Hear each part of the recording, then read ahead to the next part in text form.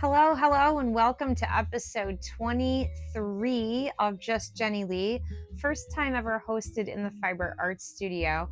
I thought that might be fun because it is Fiber Arts Friday, and I have something I'm trying to work on, and I just need to do it and get through it. So I had a topic in mind for today, and I thought, you know what? While I'm doing this boring pinning of this bias tape that I'm going to use to create the drawstring in this cape that I'm making, I will talk about my TBIs. In case you don't know, TBI stands for traumatic brain injury. And unfortunately for me, I have got two of them actually when I was a young child, at least. I may have had others since that time, which I'll mention in a little bit. But firstly, I like to joke and say it's not good to get dropped on your head as a baby. And it's probably an insensitive joke to make. Most people would agree that's not a very kind thing to say. But in reality, that is actually what happened to me. So when I was about 6 weeks old, I was in a little car seat on the roof of the car. Mind you, I was born in 1976, so we're talking eons and eons ago, when people were not safe and conscientious and thoughtful, and children were made of rubber to them. They just bounced off of things. They didn't really care. So anyways, my seat, I guess, was sitting, I wasn't some kind of seat device, but I was sitting on the hood of the car, I guess. And somebody got irritated and slammed the car door. It was not my mother, actually. It was somebody else. Slammed the car door, and the car seat fell off the hood of the car and landed on the driveway. And I was only 6 months old. And so that was the first time that I had gotten a skull injury. And then when I was 2 years old, I was always super petite. And I compensated for it by climbing all over the place. And I started really young. I was 2 years old, and I was climbing all over the kitchen, all over the place. My mom tells me stories where she would wake up in the morning and come downstairs, and I had plastered the entire kitchen with flour and sugar and paprika and pepper, and just spread them all over cornmeal, all over the kitchen. So I was clearly in the kitchen at a very young age, interested in all of the things that go on in the kitchen. But I had a tendency to be resourceful and try to accomplish something, even if it seemed not really possible or smart. So that explains today, right? That explains where I'm at today. But anyways, all joking aside, at one point when I don't think I was quite 2 years old, I was climbing up on the counters, and I fell off the counter. I slipped, obviously. I must have, I don't know, or didn't grab something the right way. I don't have any recollection of the incident of falling. This is something my mother tells me, because my first memory, I think almost ever, is being in the hospital and being in some kind of it was probably an x-ray machine of some sort. I don't really know what testing they had back then, but I remember being told to look at a Mickey Mouse type picture, which my mom was so surprised that I could remember that. But I remember that, and I remember they were looking at my head. I remember something was wrong with my head, but I don't recall what led to that event. But what led to that event was me climbing up on the counters and falling down off and landing on my head. And so for me, it has always been a real struggle to remember things. You wouldn't even believe how ridiculous it is. People have always joked and said, well, you're too young to be like that, or that's just an excuse, or whatever, or wait till you get older. Yeah, I worry about that because I've always actually had a terrible time with short-term memory loss. It's horrifying. I used to work at Hannaford's Deli. That's a grocery store near us. And I could not remember from when someone told me at the counter, which is right here, I want 1 pound of such and such ham. And I would literally turn around, which the case was right behind me, right there. And by the time I hit the case, I could not remember what they asked for. And I would have to turn around and ask again. And it happened a bazillion times. It was ridiculous. So if you're like, well, I thought you said you're like pretty smart, you know, you have these degrees and you have these whatever awards. That's because I have learned how to hijack that by repetition. I do a lot of writing. I do a lot of repeating. I just study and cram for hours and hours and hours. And I have to cram really right up against a test. It doesn't mean that I don't have like the process of reiteration happening up to that point. Yes, I'm reading, I'm immersing myself in the material, I'm writing notes, I'm reading notes, I'm rewriting notes, I'm writing flashcards, I'm using the flashcard system at all times. All of that to try to pass a test because the stuff is gonna fade on me. So I'm able to get through classes and take tests and stuff, but it doesn't always last. I have to have it so repeated so many times that it becomes almost like a part of my hardwiring, and then I can't forget it. So when I was in 8th grade, I remember that our teacher, I was in French class, and our teacher wanted us to learn something that we could like say every day to practice, I guess. So she had us learn the Pledge of Allegiance, but she didn't want it to be like unpatriotic. So instead of doing it to the French flag, she had us say the Pledge of Allegiance to the American flag, but in French. And like to this day, I can still say it, even if I'm not trying to think about it. Je donne ma parole d'honneur au drapeau des États-Unis et à la République qui représente une nation sous les yeux. And so like I can do the whole thing if I want to. And it's really funny because I've tried to forget it. Like I've gone like a couple years without saying it, thinking that it would disappear, and it doesn't. So for me to remember things, it just takes a ton of repetition. So basically I said that in her classroom every single day. We did it in 8th grade, every single day. And so through that process of reiteration, it's like imprinted into my brain at this point.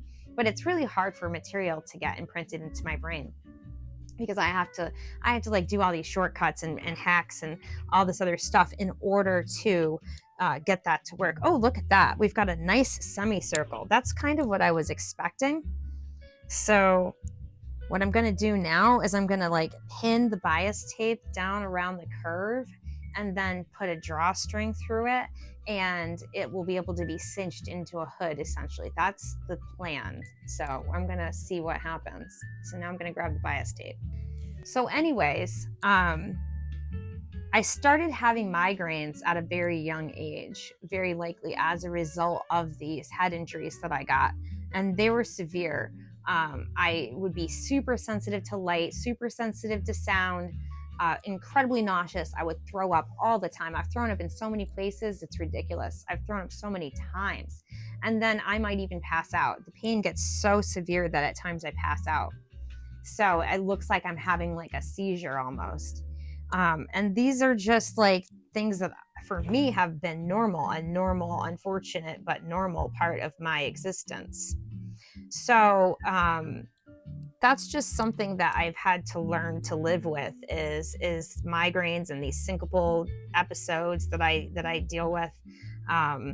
And so I kind of have like talked a little bit about how in the last 5, 6, 7 days, I've struggled really badly with these migraines.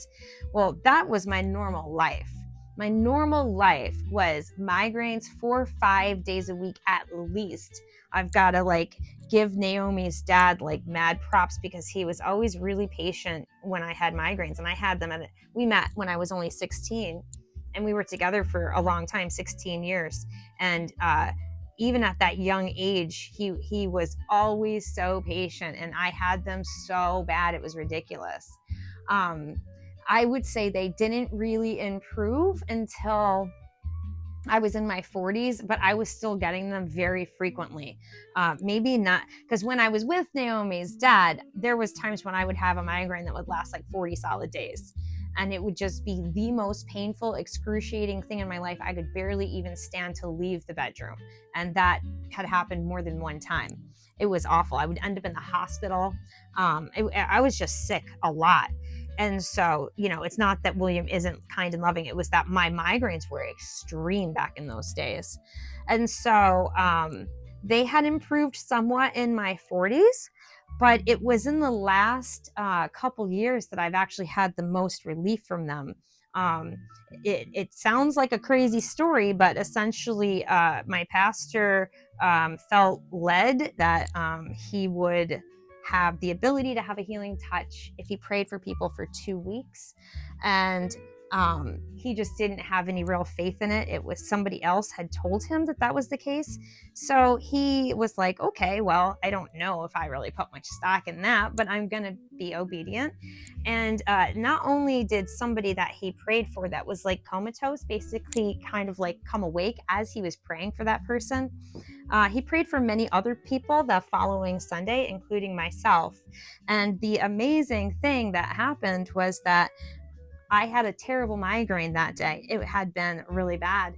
I was getting maybe a couple a week at that point, 1, 2, 3, sometimes maybe on a bad week.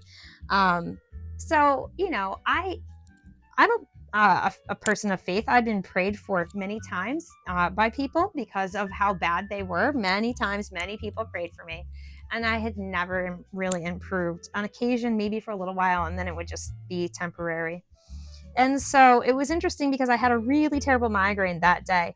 And believe it or not, I still had it after he was done praying. I was like, well, okay, that's the way it goes. But by the time we got home, which is like a 20-minute drive, I didn't have the migraine anymore. In fact, I remember feeling so amazing.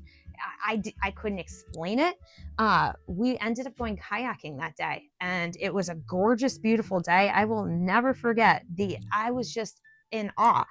And so I was like, you know what, God, thank you so much. I feel like I want to arch this out a little bit more, so I'm going to switch it up. And so on that particular day, I was like, thank you, God, so much for seeing fit to give me a breather for the day so I could spend a day with my husband without being racked in this pain, which is so frequent and persistent. And I woke up on the next day, Monday, and I started to feel like a pain behind my eye. And I was like, all right, well, that's okay. I had a really great day yesterday. And it clear as a bell in my mind, in my heart, somewhere deep within me, I heard, no, that was a permanent healing. You need to walk in that faith. And that's just what I heard. You can call me crazy if you want. I don't care. It's okay. I have crazy tattooed on my body legitimately, so you're not wrong. So anyways, and then clearly after that, I felt like compelled to go drink a bottle of water. And so I did that. And then throughout the day, I drank another one. I have these big 32-ounce bottles of water. And so the headache stayed away. And I continue to nourish my body with water and to just be sensitive to triggers and things. But I did not get migraines for a very long time after that. The next time I got one was when I got really sick in the wintertime, and it seemed persistent. And I had him pray for me again, and it left, and I did not deal with them for a really long time. Occasionally, I felt like one might be knocking on my door because maybe I didn't drink enough water, because I didn't eat, because I was outside in the heat for way, way, way too long. And in that case, I might need to take some Excedrin or something. But for the most part, I was really free from them. And it was a harsh reminder this last week of 6 days. And I was just trying to get through them.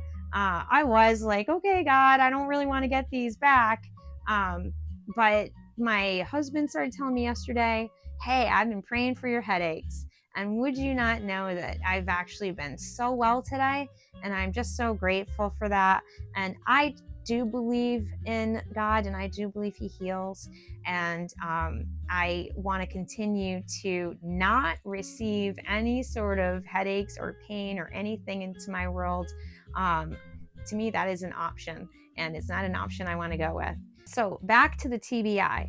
I also had gotten a head injury that I didn't go to the hospital for, that I probably should have gone to the hospital for, when my husband and I were in a parking lot and he went to pull out of a parking space and I did not have my door fully shut. And when I realized it, we were in the big red pickup truck.